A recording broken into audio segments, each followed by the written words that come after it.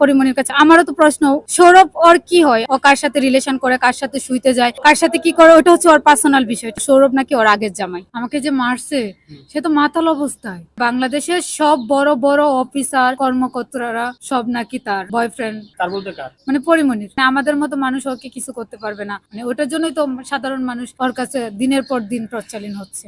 ওর বাসার ভিতরে তো ও সারাক্ষণ মেকআপ রুমেই থাকে। ওর মেকআপ রুমে নেশা, যা যা করা লাগে, মানে যেগুলা করা লাগে ওইগুলা তো মেকআপ রুমেই করতেছে। আমাকে যে মারছে সে তো মাতাল অবস্থায়। একটা নর্মাল মানুষ তো এভাবে মারতে পারে না। ওইটা আমি বলবো না যে ও খায় না কি করে, সেটা আমার জানারও দরকার নাই। ওটা ওর পার্সোনাল বিষয়, এটা নিয়ে আমি কথা বলতে চাই না, কারণ ওর পার্সোনালিটি নিয়ে কোনো কথা বলতে চাই না। কারণ হচ্ছে কি, ও আমার পার্সোনালিটি নিয়ে অনেক কথা বলতেছে, কারণ আমাকে মানে প্রেস করতেছে।